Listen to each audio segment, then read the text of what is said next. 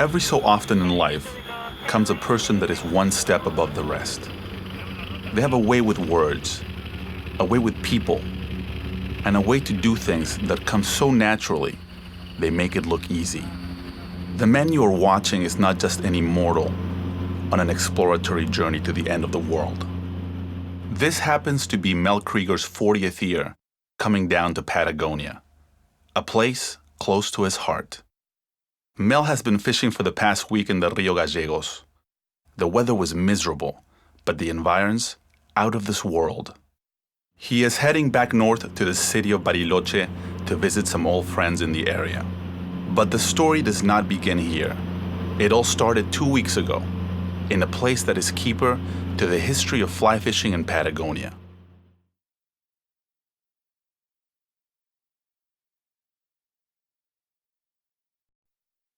Every religion has a temple. Fly fishing, a place of worship. The Hosteria Chimewin smells of angling. Almost every adventurer with a rod, looking to become part of history, has slept in this house. You know, this place, to me, was absolutely the center of fly fishing in South America. I think Argentina is unique. It really is unique. About 40 years ago, this thing really began and became a club, and the people in here kind of expanded out, and now, God, Argentina has tens of thousands of fly fishers. I mean, they're everywhere. Huge, huge clubs. And the pictures on the wall, all of these people are old friends, I'm sure to you too. Jorge Donovan and Charles Radzewell and Baby. And I think Baby was the spiritual leader because he was a wealthy man, because he had the apartment here, because he had cocktail parties every night. Everybody wanted to be a friend of Baby's, yes. I have to tell you a story about Baby. You know, we had the cocktail party. The light would go on every night, about 10 o'clock, come in from fishing, shower, we'd go over there and have a drink and whatnot. And Boca fever. Everybody fished a Boca. Boca fever really run rampant. And there must have been 30 fishermen in here that one year, and the Boca was terrible. And people started drifting away, going to different rivers, fishing the river, leaving the Boca, until there was nobody there, except Baby, who came there religiously every night. That night at the cocktail party, Baby said, "I was fishing my blonde with a floating line, and as the flies swung in the current, a fish rose behind my fly. The waves broke at my feet. It was the largest fish I have ever seen on the Boca." The next morning, when I got up for breakfast, the Hosteria Chimewin was deserted. Every single fisherman was out on the Boca looking for that giant fish. They call it Boca fever, and it happened there.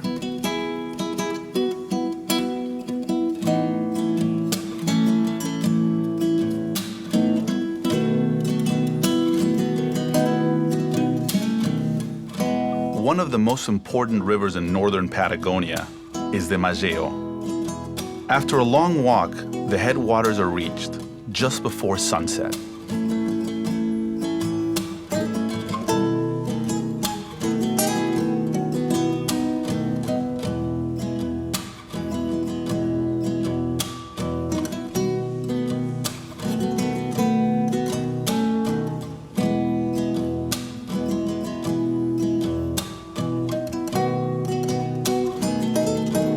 Born of Lake Tromen, this spectacular waterway flows eastward for over 60 kilometers on a collision course with the Aluminé River.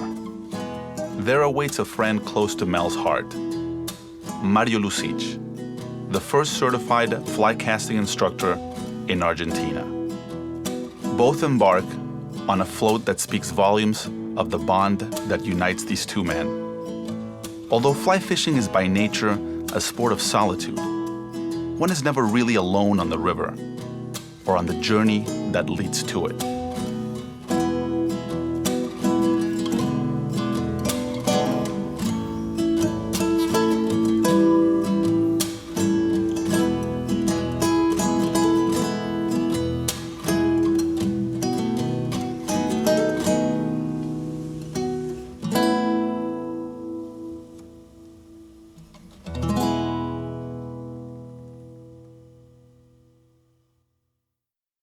Back that evening in Junín de los Andes, Mel and friends gather for dinner at a restaurant owned by the grandson of the founder of Hosteria Chimewin.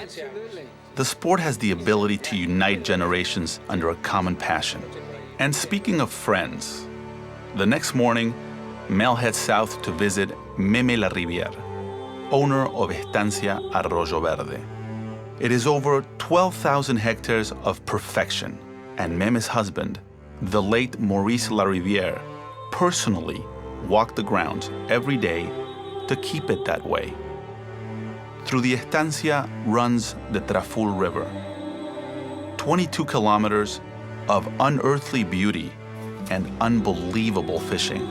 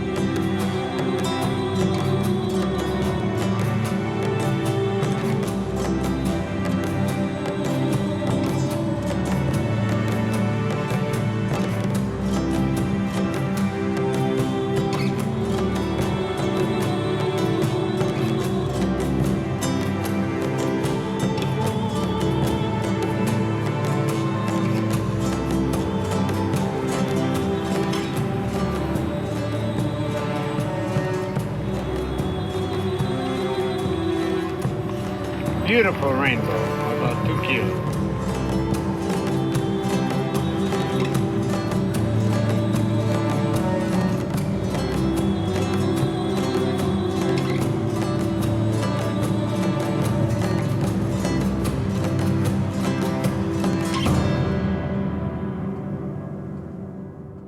Back at the main house of the estancia, which reflects the style of its hostess, Mel is treated to a sophisticated meal. This is not your riverside picnic. It feels more like dining with royalty in a countryside chateau.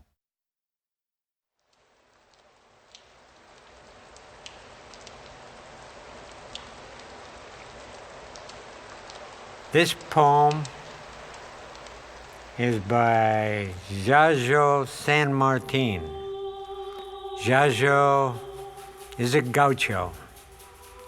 Jajo is a balladeer or a poet, and he is a friend. I have wondered about my anxiety of being a fly fisherman, and with a rod in my hand, to travel my land and my fellow countrymen, entangling poems and feathers. And the truth is only one. Only a few people live in my land. And for the fly fisherman, there is no better thing. Not to have to dream of the returning of things that are gone and won't come back. All this that I love so much. That's the reason of my anxiety. To teach everyone to become a fly fisherman, so that you can help me to take care of this land. That's my dream. That's why I am a fly fisherman. As night falls in northern Patagonia, Mel retires for cocktails and a fireside chat about the first American to discover the magic of fly fishing in the southern tip of the world. I think Joe Brooks was the one who taught the Argentines to fly fish, because here people used to spinning, not to fly fish. Yeah. Did Mauricio's father, fly fish? Yes. Yes. So he brought it from, was he born here? No, he brought it from Europe. From Europe. He brought it from Europe. But he did a lot of spinning also. He did? Yes. But when I got married, I always saw him fly fishing. But Maurice said that at the beginning, everybody, even Viventurina, everybody was spinning. I think Joe Brooks really was the person who changed the mind and the way of fishing in this country for the Argentine. But from that time of Joe Brooks, they actually developed a little club in Junín. And people were coming from all over the world. Yes, all over the world. Arroyo Verde and the lush northern Patagonian landscape now give way to a different kind of scenery, as Mel travels 1,600 kilometers south to the Rio Gallegos, one of only 2 sea-run brown rivers in Patagonia.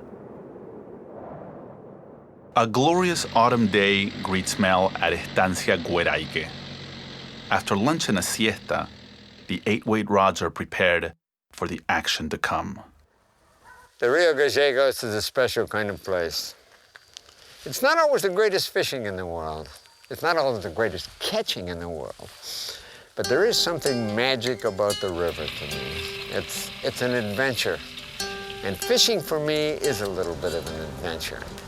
I don't want to go and fish in an aquarium or fish in an area that, that's full of fish and what. Here, even the guides don't know where the fish are. These are wild, wonderful fish in this river. I love it here.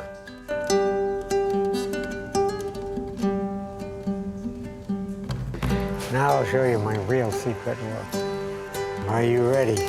Yep. Oh. The bunnies. I tied a bunch for this trip. Oh, good. So we'll give it a try. We will. Tonight in the magic hour. But we need to get to the water soon. Oh, yeah. Okay, Tiger, now I want to see you in action.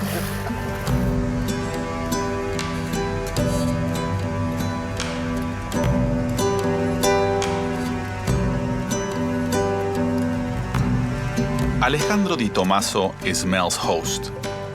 Both anglers have known each other for many years and are united by a passion for this faraway corner of the world. You see, this is not like northern Patagonia. Here, the winters are longer, the summers are windy, and the fish, well, the fish are much bigger, just like the sky that seems to wrap around the never-ending landscape.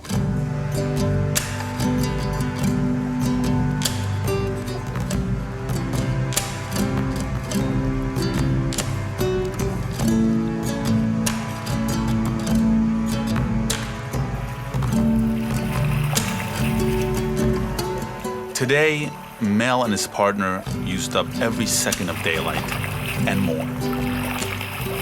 Anyone who has ever fished with passion, regardless of age, has remained on the river until the sun is long gone. But after so many years and so many catches, you would think that perhaps Mel had lost his drive or desire. In fact, it is the opposite. Every second spent in the water just begs for another one. And then, the evening and dinner that follows is just an extension of what you felt on the river.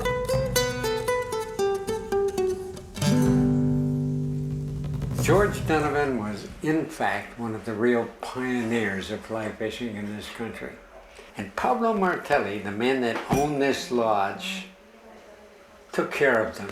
One of the last years of his life, Pablo threw him down here. And he went out on the river. And because he was such an intense guy, he fished with a 3-weight rod. Oh my gosh. I said, George, you're never going to catch a fish with that rod standing on the bank. He said, it doesn't matter. He said, I like casting the 3-weight rod. And he said, if the fish don't honor me, so be it. When you first see the Rio Gallegos Chico, the contrast is remarkable. In the land of big, this small stream almost feels out of place. You have to go downstream to cross. Yeah, over there, bro. Ah, I caught many fish from this bank, but it's better from the other. I'll move it a little bit on top too, because it might also trigger a rise. If this fails after a little bit, we're gonna have to go down, much as I hate to. Such a perfect little dry fly stream. This thing really is perfect. Bad cast, but you know, sometimes you catch a fish on a bad cast. Whew. That's where I want it. It looks bad, Red. I don't like this fly. Let's try another. What do you got exciting? We'll try this fly. Nah, Yeah. that's wet. No. No, we can stay dry for a little while. But maybe with this giant dry fly we got on here, we might entice one up. If not, we're gonna have to go deep. Mel has accumulated thousands of hours on the river. This translates into a need to challenge the waters in order to make things more difficult for himself and more competitive for his finned friends. It looks good to me, doesn't it? Yeah. We'll try along this bank for a little bit. On a cold and rainy day, he attempts to fish with dry flies. His student chooses a more orthodox approach, this time with better results. I don't like that one. I don't like that one either. Come on, fish. If there were a god, Red, that they would have taken that fly. Perfect. Okay, we're gonna have to go wet. We're gonna have to go wet. Nothing. It's too cold. I may talk them into just going back to the lodge. Did you bring your facon? You have to have your own knife. Huh? Obviously, you're in Argentina. If you're in Argentina, everybody brings their own knife. This is the way we eat in Argentina. Gauchos do. They like a piece of meat and a bread, and then they put it in your mouth, and you cut it from this way. Up. Are we sure you're... Yeah, you notice that my nose is a little flat? It's a very dangerous thing. It's a little angle, you say? Yes, yes.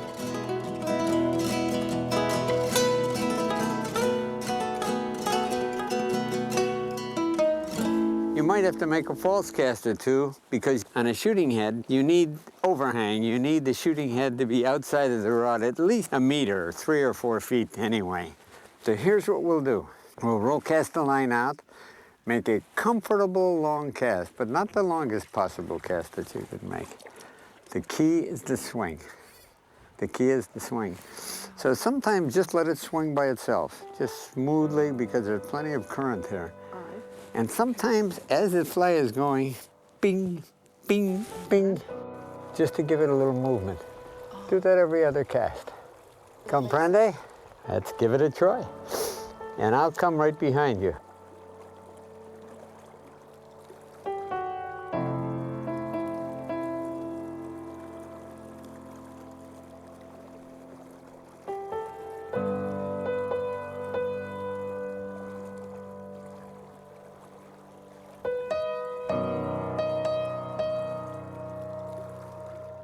The first few days on a river with a fly rod in hand are always filled with expectation.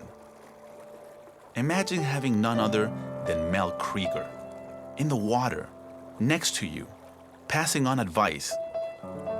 It is an indescribable feeling, only matched by the awesomeness of the surroundings.